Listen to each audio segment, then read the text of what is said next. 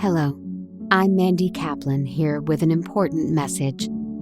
Throughout the modern era, millions, nay, billions of people have enjoyed countless hours of video games, stars, both Trek and Wars, comic books, and other nerdy endeavors. That's an infinite number of gasps and laughs as 20-sided dice are thrown, Pokemon are caught, and Doctor Who has done whatever the hell they do. Yet one person has missed out on all of this. One woman who doesn't know her droids from her hobbits has been left behind. Until now. That's right.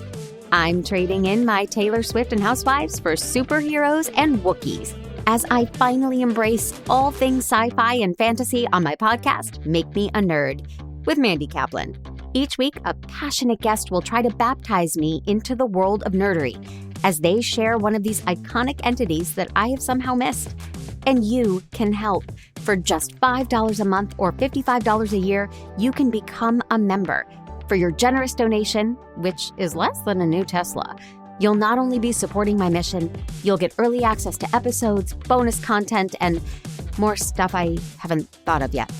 So please, join me wherever you podcast as I finally learn what all the fuss has been about and see if going through this nerd-education will, in fact, make me a nerd.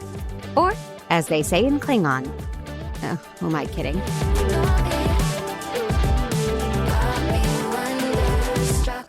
Before we dive in, here's another show you can enjoy in the True Story FM family of entertainment podcasts. Hey, psst. Hey, you see that Snickers over there? If no one's looking, you should just take it. No! Don't listen to him, my son. That would be stealing, and stealing is a sin. Sin Schmin, it's a friggin' Snickers bar. You deserve to have it. Sinning really satisfies you. Repent, my child. Virtue is the only real snack worth savoring. For that candy bar is merely a gateway to nougat damnation. Has this ever happened to you? Listening to the devil on one shoulder and an angel on the other, and you're not sure what to think? Then we're here to help. I'm Pete Wright. And I'm Tommy Metz III, and this season on All the Feelings, we're examining the 7 deadly sins. You know, the fun ones. And the 7 heavenly virtues. Which are also a thing. Through personal stories, historical oddities, and way too much embarrassment, we take you on a thrilling journey through all the goods and the bads you hear about in church. But without all that pesky church stuff. So come join us for All the Feelings Season 9, a sometimes funny podcast about being human. All the sins, all the virtues. All in one place. Go to allthefeelings.fun to learn more or subscribe to All the Feelings wherever you get your podcasts. Game over. Do you like movies? Do you like sports? I never played that sport on the screen, but I really enjoyed how the movie made me feel. Well then, have we got a show for you. The Adrian Moment is where my friend Ocean and I discuss the triangulation of sports, movies, and life. We dive deep into the movies, discussing how they relate to and have affected our lives. We will talk about why the sport matters to the movie, why you don't have to love the sport to enjoy the movie, and mine a few nuggets of meaning inside the story you may not have realized was really there. After listening to our show, come join us for more conversations about the movies that portray the thrill of victory and the agony of defeat. Find the Adrian Moment podcast on your favorite podcast app and join us while we cover the sports you love and the ones you never think about. You will never see sports or sport movies the same again. Hooked on you, baby, you're golden. Time moves, I never noticed, just can't get enough. Got me wonderstruck. Hello, everybody, and welcome to Make Me a Nerd. I'm Mandy Kaplan, a mainstream mom whose mission it is to explore all things nerd culture. And today is no exception, because I'm that lady that sits at dinner parties and says, Marvel movies? I've never seen one of those. Can you believe? It's me. I'm the problem. It's me. I'm the one you're looking for, everybody. I reached out to an old friend, the better half of the Johns, if you ask me, because he's not here to defend himself. But you all heard John Cassie on the show talking about Severance. And then his husband, John Mundy, said, well, I want to talk about something too. So I'm very, very excited to talk about Captain America, the First Avenger, with my old friend, John Mundy. Yay! Hello, everyone. and Dr. Cassie is definitely the better half of this couple. He's definitely the better half. So. He's not here. You're my favorite. Mm-hmm. And you are in Hawaii. Yes. As we record. Yes, because Don is on a work trip, and I said, "Oh, you're going on to Hawaii for a week? Sure, I could. You know, I've got a week of vacation time. I can live with that.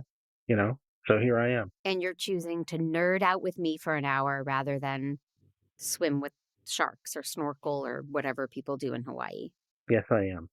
Thank you very much. Because you're just like a ray of sunshine, just like outside.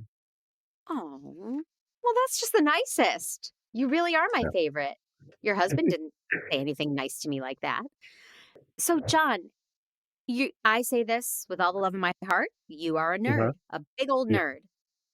Tell me a little bit about what kind of nerd you are. I started being a nerd when I was a little kid because I was really into Batman, and I loved the Batman TV show. But I never really got into reading comics until I was like 17, 18, and I had my own driver's license, and I could take myself to the comic book store. Oh, okay.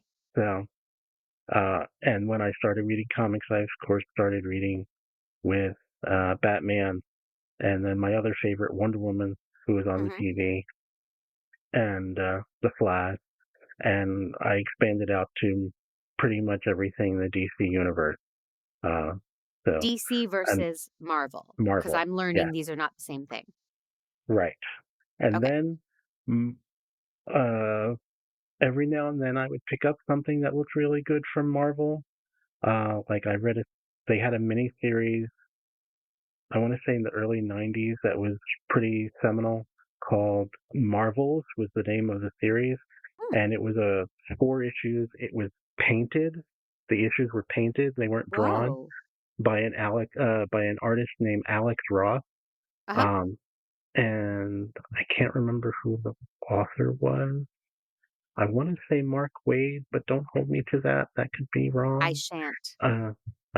But that was really good, and it got me interested, tipping my toe into Marvel comics.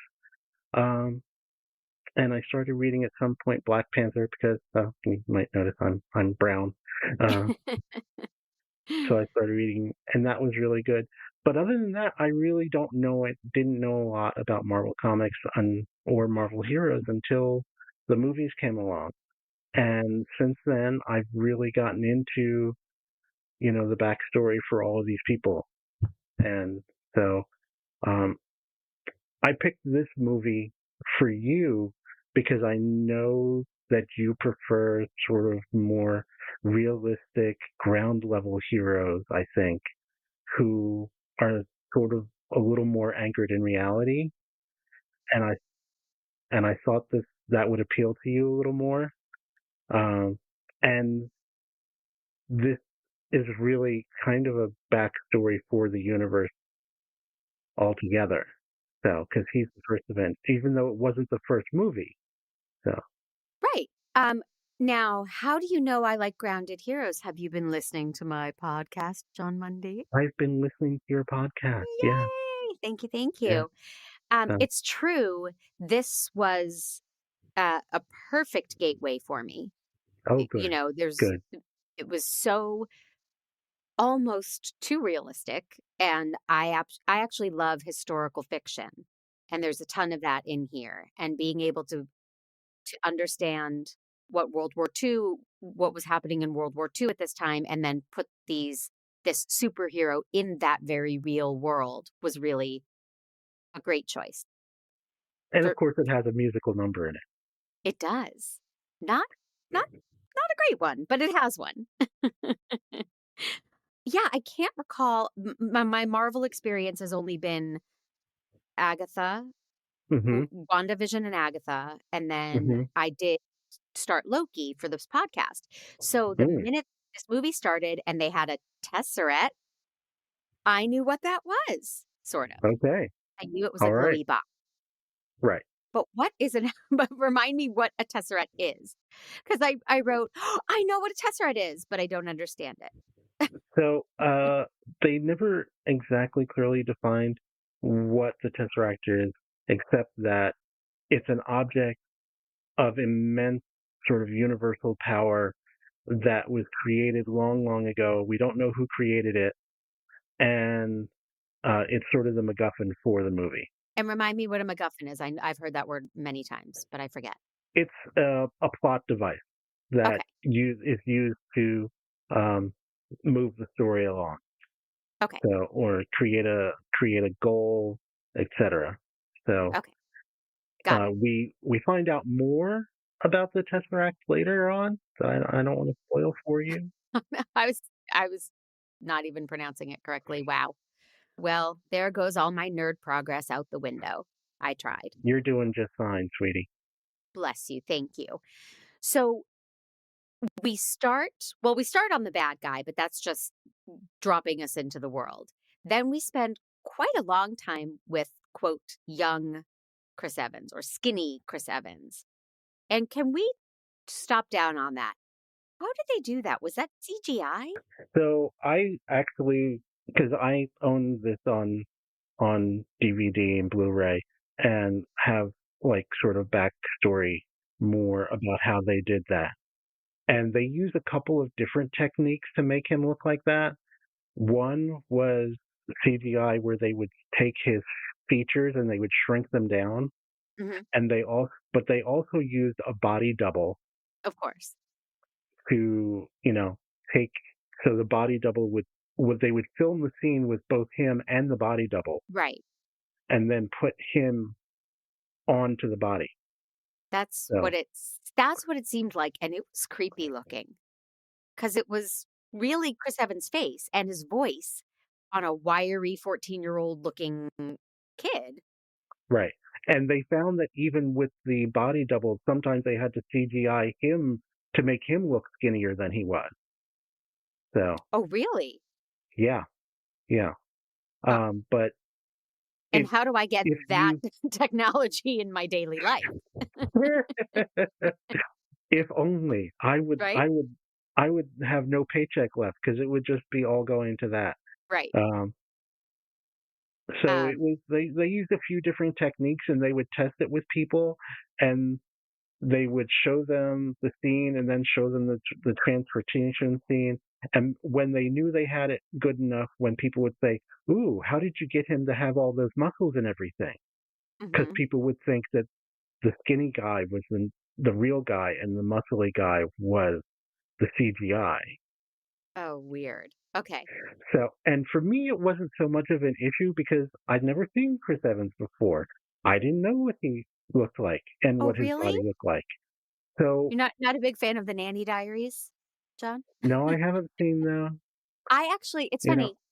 I had not seen Chris Evans as a hmm superhero or buff. hmm I've only seen him in quite elevated stuff. He was in a mini series that I loved called Defending Jacob, based on a book where it's his son could be a murderer. He doesn't know. He's okay, racked with, all the emotions hmm that would come with not knowing if your teenage son was a murderer.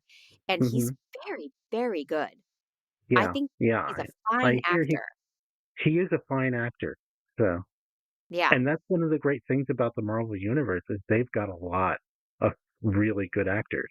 Yes. And so, and one Coming of the right up. nice things is seeing them progress through their story from movie to movie. You were going to say?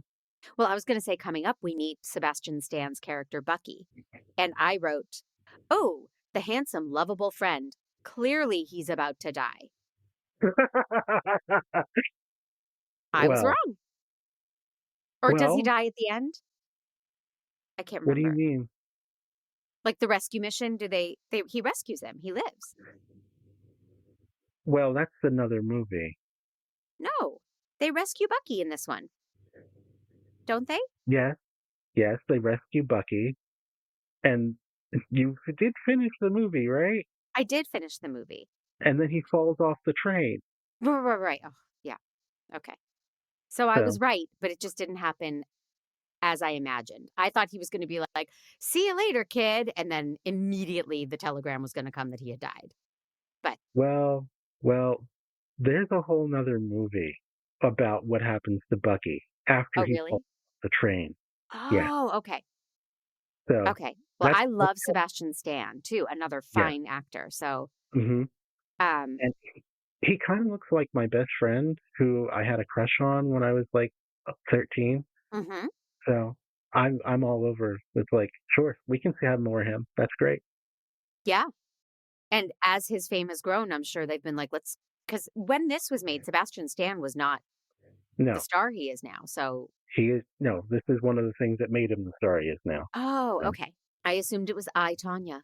One thing I noticed in this movie, the colors are hmm very dark and Yeah, murky. I yeah, would think Captain America would be bright primary colors. And what wasn't Iron Man before? Iron Man was the first MCU movie, yeah, right?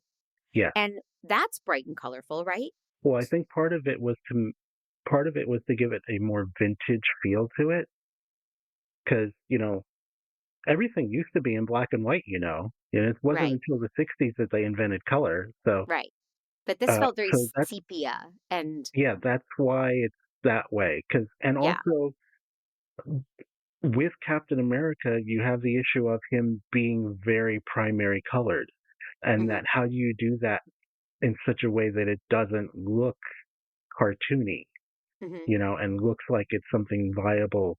Because, like, in the musical numbers, there's lots of red, white, and blue, Right. and they can do that really bright and saturated because it's a musical number. There are people on stage. These are obviously supposed to be costumes, not military uniforms. So in the other things that are supposed to be more real world, we have to tone things down a bit so they don't look so comical. Right. Makes total sense. And maybe sets it apart from uh, Iron uh, Iron Man and other splashier, colorful movies. Because he never really, even at the end when he's Captain America, unless it's those musical numbers, he doesn't seem red, white, and blue. He feels like a soldier who's grabbed some things and made a makeshift costume and doing his thing. Yeah, which I liked. I liked the real, the like you pointed out, he feels real. It feels real. hmm Um, I wrote that Rogers figuring out the flag, being smarter and cleverer, but too physically weak. So this is hmm before he transforms. Right.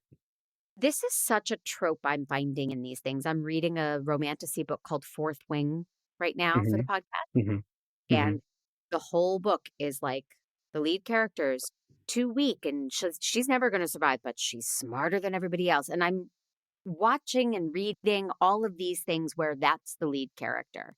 hmm Is that a common trope? But do you think that's because the people who gravitate towards this material want to think, yeah, my smarts can help me survive or Well, I eventually think help that's me win? part of it, that our smarts will help us survive, but also that it's not necessarily brawn that makes us heroic. Mm-hmm. And that one of the things that the backstory digital extras on the DVD talked about was that they wanted to spend the first act of the movie making us fall in love with who this person is and showing us that he was Captain America and the right person to be Captain America before he had the physical Right. body for it. That Because he had the moral compass and the he's got the moral fortitude and compass, yeah, the intelligence, and the mindset to not just think about himself. You know, right. Oh, that's so interesting. Do Marvel movies in general not spend that whole first act pre-transformation? well, it really depends on which hero it is. Hmm.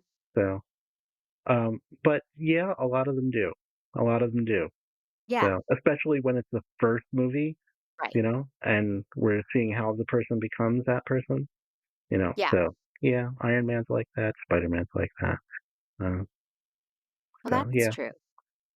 but they Although I have think different. Spider-Man, I have seen Spider-Man stuff, and he was so picked on and victimized that you couldn't wait to see him triumph over that and get revenge on the bullies, you know?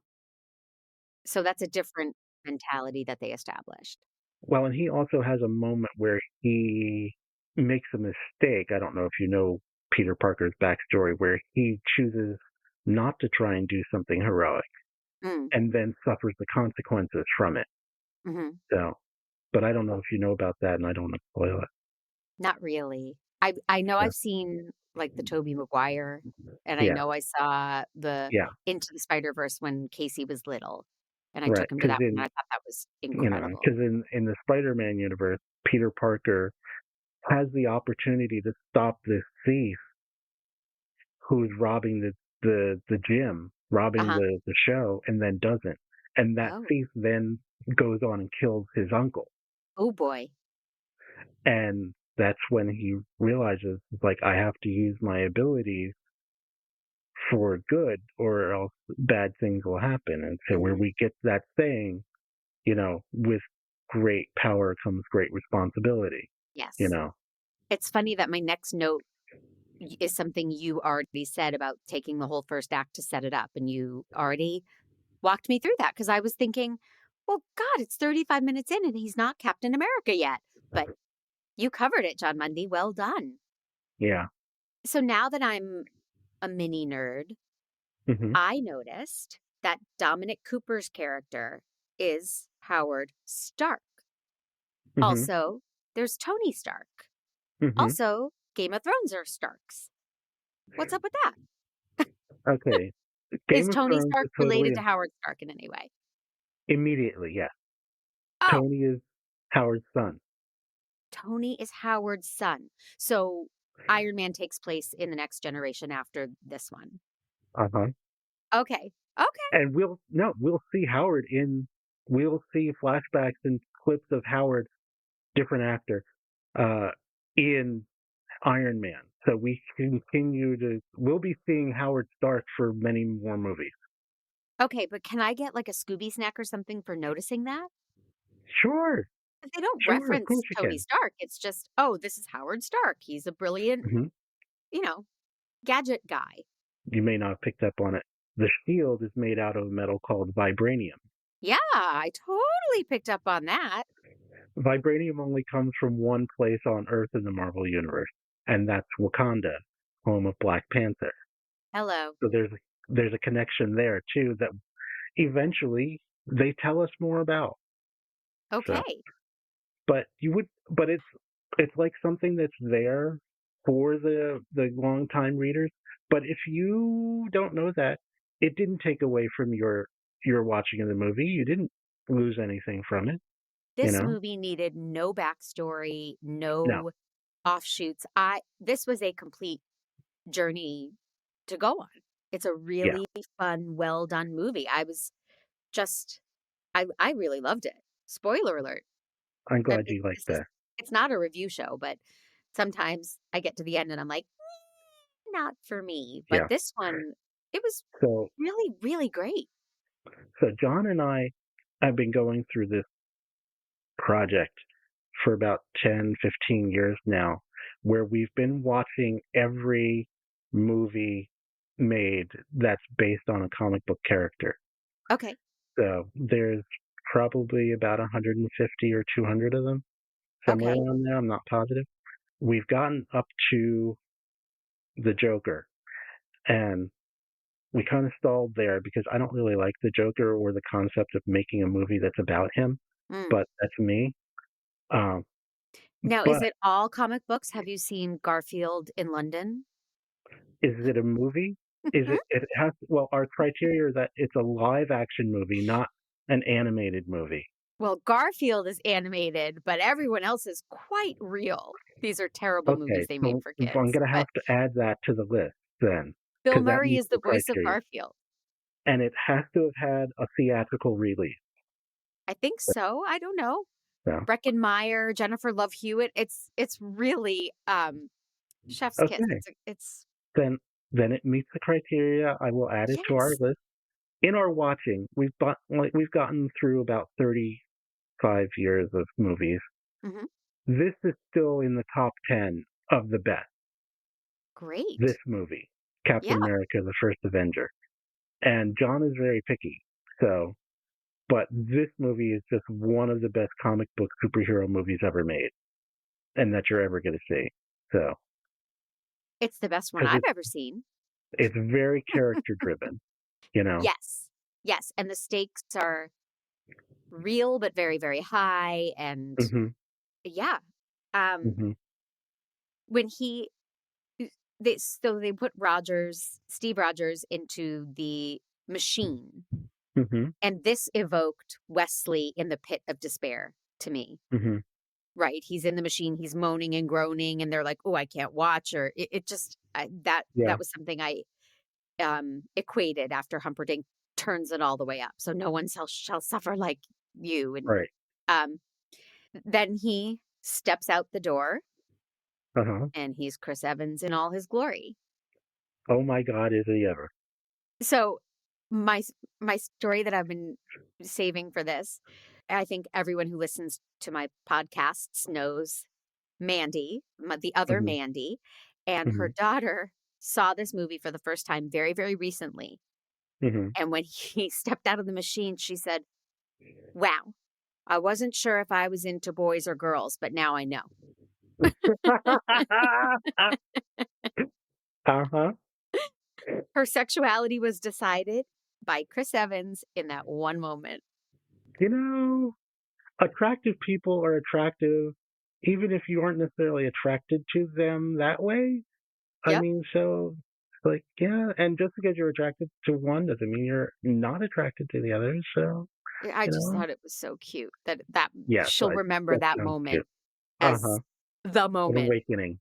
Yes, yeah, maybe he hasn't had a crush yet, but now has a Hmm. crush. So, Yeah. um, I think I got a little Easter egg with that the cab company is called Lucky Star, and there's a star on the door like the Captain America star. Yep. And he used a garbage can lid earlier as a little shield. Yep. So I think I'm getting better at spotting these things and Uh huh. finding the fun, I guess I would call it foreshadowing, but are they Easter eggs if it's just I would call it foreshadowing. Yeah. okay? Because Easter eggs are more like, oh, Iron Man ran by in the background and no one saw it unless they were looking, Well, right? I That's think an they're Easter egg. also, um, and I can't say for sure about these things because I'm not a Marvel fan, Marvel comic book fan. They're probably, I suspect, images that they have extracted from comic books that have come out through the years, Hmm. where that has happened in the comic book, and Oh, so I'm they've sort sure. of incorporated it into the movie. Okay. And did they say on the behind the scenes that you watched, like the DVD extras? No, they didn't. Okay. So Not they're about those keeping it things anyway. close to the vest. Oh, Hmm. okay. Um, so I have what my mother at a very young age called an overblown sense of justice. And I Hmm. very much struggle when things in the world are not fair. So this Hmm. movie really appeals to me Hmm. because he's going to make wrongs right and he's going to Hmm. fight to make things fair. I Yeah. found myself when he takes off after the guy who stole the antidote or whatever, Right. Yeah. and he So takes off after that guy. What? uh-huh. It's called Super Soldier Serum. Okay. I was cheering so hard for him. Uh-huh. It was like, he's going to get him and that guy's going to pay and nobody else can do it except Captain America, you know? And then when the bad guy throws the kid in the water, and of course Captain America's going to go save the kid and he goes, "It's okay, I can swim." I was like so in it, John. I was just like, "Oh, he can swim. Okay, he's going to go get him." And like it was so much fun. Yeah. Total popcorn Yes. achieving what it was supposed to achieve. And that's what superhero movies are supposed to be all about, is hyping you up, making you feel incredible. Like when you leave a superhero movie, you should be ready to take on whatever challenge it is that we need to deal with. And you should be pumped up for that. Because I mean, yes, it's escapism, but it's also about sort of ratifying that this is the way the world should be, and we should be trying to make it that way. You know? You brought to mind, have you heard of the Superman pose? It's like if you Mm-hmm. stand like this, it actually affects your body and your mind, and it gives you a new sense of confidence. And I Yeah. feel like this movie is like the embodiment of that pose. It makes us all want Mm-hmm. to go out in the world with our shoulders back and our heads held high and do good out there. Mm-hmm. I love that they used him for fundraising and advertising and promotions and the musical number. And it had enough cynicism in that Mm-hmm. sequence Yeah. to tickle me and make me think it was a real world that they had created. Mm-hmm. So there's something charming about that. Now I wrote, good God, has Hugo Weaving ever played a good guy? I would cross the street to get away from him. He's so scary. Yeah. Yeah. He's really scary in this. Does he And play I good think, guys? His face does not look like a good guy face. didn't you watch The Lord of the Rings? Oh, I did. I guess so, yeah. He's He's an elf, Elrond. right? Yeah. Yeah. Okay. I And forgot. surely you've seen Priscilla, Queen of the Desert. I forgot that was him, though. Yes. Yes. Of course I have. So, Okay. So but he yeah. can. So that's maybe he got a new face for this movie because he looks so purely evil. Are you just talking about him with his own face or him as the Red Skull? I mean, His 'cause face. clearly, No, like Mhm. Hugo Weaving's face looks so angular and pointed and mean. lighting and makeup, Okay, but I forgot about Priscilla. very versatile actor, very talented. Okay. It's just too bad he didn't come back when they needed the Red Skull again. He didn't want to do it. He didn't come back. Oh, really? No, he In the didn't want to be future, far in the future. Yeah, he didn't want to be typecast. it's so hard as a recovering actor. It's so hard to imagine having the power to say something like that. You know, What do you I'm mean such poor recovering? as an actor. Well, I don't really pursue acting jobs anymore, but if you asked me to be the Red Skull, I would do it. You know? I'll be sure and send Kevin a note from you. Thank you. So, Thank you. Let's make that the mission once I'm a mhm, full-blown nerd. I think this movie has a level of violence that I really appreciate, and I'm grateful to mhm, you for not assigning me something because I have something coming up that I could not handle. Just mhm, I had to say to my guest, I'm sorry, I watched as much as I could physically and emotionally handle, but mhm. there's a cartoony vibe to this violence that I like, and it's personified in the moment where he jumps in the back of the truck and he says, "Fellas," and then you just see bodies flying out of the truck, but we don't see him kicking anybody in the face or it's just funny and charming and violent, but not in a way I can't handle. So that's my kind of violence. Yes, and they get up again, so they're not dead. So we know they're Right, right, not right, dead. right. So, He just roughed him up and tossed him out one at a right. time. Mhm. But I feel like you chose so wisely for me because I was just loving it, and there wasn't sometimes there's so much lore and I get lost and I'm like, well, now they're talking about stuff that happened in other universes that I don't understand. This doesn't have that. You took very good care of me. This is a good jumping on point, like I said. Yeah. Okay, so back to Hugo Weaving. Schmidt Yep. just peeled his face off. What? Now he looks like a red Jim Carrey in The Mask. It was my deep observation. Hmm. I said, I wonder if now my interest will wane because it's becoming less grounded. But then again, there's no injection you could take to turn you into Captain America. But I was still on board with all of that. So, But conceptually, it's not magic. It is an idea of a scientific solution that it's something that conceivably could be invented. It's not. They aren't just saying poof, magic had happened, you know? Mm-hmm. So, and a lot of most things in the Marvel universe are like that. And then you have Agatha, which I enjoyed very much, you know. Oh, But good. magic is not. It is just magic. You just have to take it for granted, you know, and accept that it's science that we don't understand yet. Basically, is how they put it in some of the other movies um, that you may or may not ever watch. So why does he get red? Because he was the first person that Dr. Erskine experimented on. Right. And so he didn't know what all the effects were going to be of this having this process.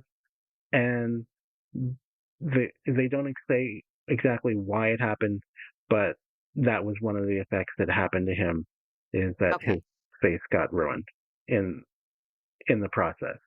Okay. Does Tucci manage to work his way back into these movies, or is he really gone? No, he's dead. Wow. What a shame. Exactly. Who doesn't love Stanley Tucci? And he can do just about anything, it seems like. You know? Yep. I mean, who would think Stanley Tucci, German scientist? But totally works. Killing off a major movie star and actually killing them off, I always Mhm. admire that. I get Mhm. annoyed when it's like, well, you know he's not really dead because he wouldn't have taken the role if Right. but they did it. Yeah. Speaking of major movie stars, Tommy Lee Jones. Uh-huh. Is he phoning it in or is it just me? Was Tommy Lee Jones ever not Tommy Lee Jones in a film? He has a very relaxed way about him. To some extent, for the role that he's playing in this film, you want him to be who he is, because he's supposed to be this hard-boiled, pragmatic, you know, army general or army colonel. So, I mean, you call Tommy Lee Jones for that, you know? And so I don't know that he's phoning it in, but I would say maybe that he wasn't stretched very far off of where he out of his comfort zone for this. So, but that's okay, you know. He gives us a decent portrayal, you know. That would be my bone to pick. I didn't Mm. think he was giving us anything, and I would have liked to have seen a more invested performance. But you know, that's just my taste. Are there? I know that these movies are riddled with famous people. Mm-hmm. Are there ever the vibes of, oh, look who's just catching a check? Yes, there are those vibes sometimes, and I actually know there's a little backstory anecdote for Thor with Chris Hemsworth, and it has Anthony Hopkins as playing Odin. Okay. And I believe it was Hemsworth was looking through Hopkins' copy of the script, and there would just be pages and pages where he had written over the page NAR, just over the whole page. And he asked him, Hemsworth asked him, what does NAR mean? It's like, no acting required. Wow. If you're Anthony Okay. Hopkins, you just have to be Anthony Hopkins. Right. And he's perfectly serviceable as, you know, the All-Father Odin in those movies, Mm-hmm. you know? And they're even with that, knowing that that's how he feels about the challenge of the role, I still had moments that were affecting in Mm-hmm. his performance. Mm-hmm. Did I get that with Tommy Lee Jones? No. But he didn't have roles, he didn't have moments that called for Right. that, Right. you know? But Odin gets death scenes, you know? So, Well, no, I don't know, but now I'm curious yeah. to see him doing no acting. And I would love to see his script of Silence of the Lambs. It'd be really No. terrible if he's like no acting. So when when he rescued all the soldiers and they were returning to camp en masse, I Mhm. cried. I actually Mm. cried. Chills, tears, very real emotions. Yeah. Who doesn't love to see a bunch of soldiers get Coming through and home come alive. home and oh, Yeah. and that's when I really noticed Neil McDonough amongst the soldiers. Yeah. And I have a Neil McDonough story. He was in Minority Report, Okay. which I saw on its opening night here in Hollywood. Okay. And um, at the time, I had just moved to LA, and it was like, I'm seeing a movie, right when it opens in the heart of Hollywood. This is cool. And somehow he was there with all of his friends and family, and Okay. they had Of course. 30 seats or something. And he was so happy and crying, and people were cheering for him, and he got up and thanked everybody for coming, and it was like this. I thought, oh my gosh, like he's up there, he's one of the stars, and he's sitting a few rows back, and it was just very cool. And so I've always rooted for him, because at that Hmm. time it seemed like he had not had a break like this. So I've Hmm. always rooted for him, and I think he's very good. Yeah. Also doesn't play good guys usually, but He's a good guy in this. in this he is. Yeah, He has an evil look to him. a little bit. But and all that band of characters that he rescues, because you've got the French guy, the Irish guy, the Japanese guy. Those are all characters from the comic book Oh, cool. who were part of, the Captain America backstory universe.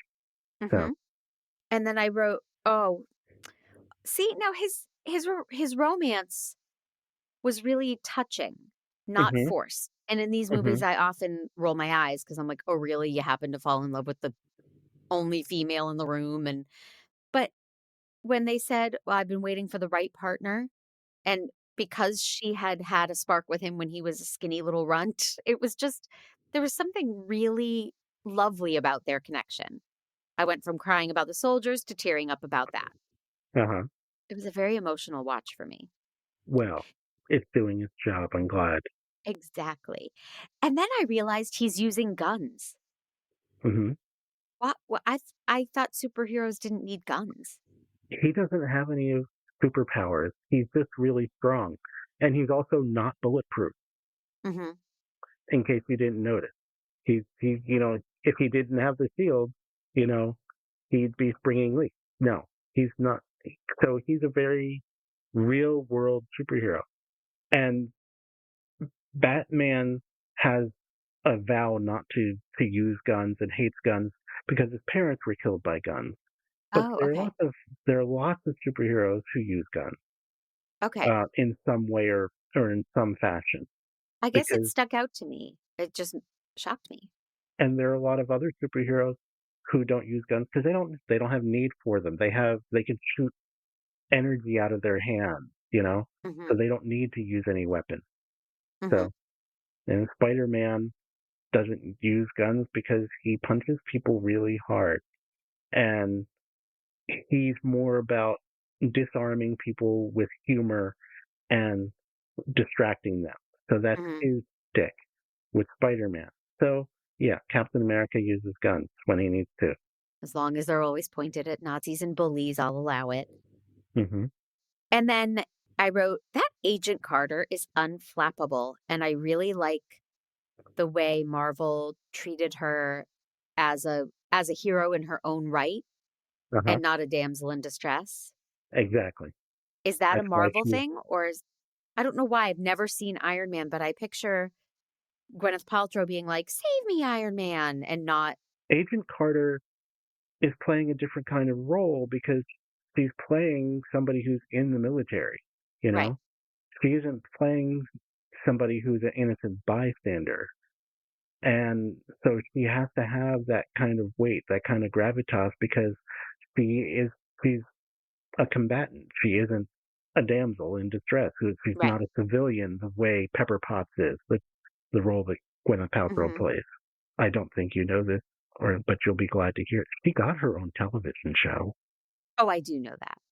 I Okay, mean, I remember a show so called Agent Carter. I think I had friends guest yeah, starring on it, but and I it didn't was watch it. really good. It Yeah. was really good, and it's set in the contemporary time period of the 40s around the war. I don't Hmm. remember everything about it, but I did watch most of it. Same Um, actress. Same actress, Uh-huh. Haley Atwell. Uh-huh. And we get to see a little bit more of her here and there. So Well, And she's I good. liked her. In the What If universe, are you familiar with that? In the Webba? So Marvel has this series called What If in the Yeah. comics that proposes that, well, what if such and such happened instead of what actually happened? And one of the what ifs that they proposed in the TV cartoon series that they actually made was, rather than Steve Rogers becoming Captain America, Agent Carter becomes Captain Britain. Yeah. So, and people love that. They would just love that in the cartoon. So, Yeah, it's almost like a choose your own adventure. yeah. Oh, Yeah. I like that. And I have heard of What If, but I certainly haven't seen it or you just explained Yeah, it. it's one of the TV shows that they've done, Mhm. and it isn't necessarily one of the better ones, Hmm. but it has its bright spots, and Captain Carter is one of them. So, Well, yeah, that does intrigue me. And yeah. and there now Marvel has done female Mm-hmm. Brie Larson, Mm-hmm. right? Captain Marvel Yep. name. Yes. Yeah. And They took much too long getting a female heading a movie. is that the only one? No, Black Widow eventually got her own movie, but Oh, right, of not course. until not until after the character was actually killed. So then they have to go back and do origin story for her. Kind of, yeah. I Yeah. did see that one. Black Widow? Yeah, for the old podcast. Mandy and I watched it Okay. because I think it came out at the beginning of the pandemic to stream or something. Something like that, yeah. Yeah. And I thought it was good. So, I don't really remember it, and I forget that I had seen that one. So huh. my bad. I've seen a It's Marvel okay. movie. Shut it down. I've been lying this whole time. I wrote, "Oh no, the blood from the propeller was a bit too much for me." Yeah, I thought that might be a bit much for you. It was just, I mean, I can handle it, but I didn't see the modern New York City thing coming at the end at all. That was very exciting, and what a great way to tease the next movie. I wrote, "Why am I so moved? He gets back with Carter, right? What happens, John? What happens?" And I know that there's a way for me to find out. Mm-hmm. Does he get back with Carter? That's what I want to know. Mm. Mm. Mm. But, and then that's really all we saw of Samuel Jackson, but he gets second billing in this movie, right? So Yeah. I know he's got more to do coming up. Samuel Jackson is a piece that they use to tie the whole universe together with the character of Nick Fury. So he Okay. has a cameo or a part in all of the movies where he's bringing the team together, and then he plays a big part in the Avengers. Okay. Where they're all So, together. right. Yeah. And then I did remember, I can't remember what it was, but I remembered to stay to the end of the credits because I know they always put a little Yes. tag on. Something. What was that? Will you remind me? It was a preview for the Avengers. Is it usually a preview of the next one, or is it usually It having usually a button on this one? No, it's usually something that's leading you to the next film. So, or one Okay. of the next films. So it's usually a teaser of some kind. I wrote, "God, I've cried a bunch in this movie," and I wanted to ask you, do you ever cry at these movies or at this Oh one? my God, I am such a soft touch. It's ridiculous. I will Yeah? cry at movies all the time, whether it's a good movie or not. Okay. So my favorite movie ever is, I shouldn't admit this in front of people, The Joy Luck Club. Do you Oh, know that's that? yeah. I mean, I love the book and the movie. Yes. It just rip your heart out and stomp on it. Good, you know? Yep. Yep. And I just love that movie. So yeah, I cry in these movies all the time because I'm really about, these movies that make you want to be a hero. Oh, that's an alarm. I have to turn that off. I'm ruining your podcast. That's okay. Wait, while you turn that off, I'm going to do my business and tell everybody that Make Me a Nerd is a production of True Story FM, engineering by the peerless Pete Wright. My theme song is Wonderstruck by Jane and the Boy. You can get me on Instagram at Mandy_Kaplan_Clavens, both with K's. And now I'm on Blue Sky, which is at Mandy Miscast. If you're listening on Apple Podcasts, please leave a 5-star review, write a review, make suggestions, ask questions, engage with me there. It helps everybody find the podcast. The more reviews I get, and I would really appreciate it. And if you're feeling extra excited, please go to makemeanerd.com/join. And if you join, you will get your episodes ad-free and early, and bonus content like extra interviews and stuff like that.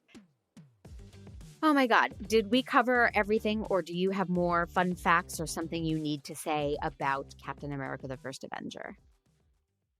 I think we have done a good job of telling everybody what a wonderful film this is and why they should all see it at least once a year and own it on Blu-ray and DVD. Fantastic. Thank you, John Mundy, for doing this. You're welcome. It was my pleasure.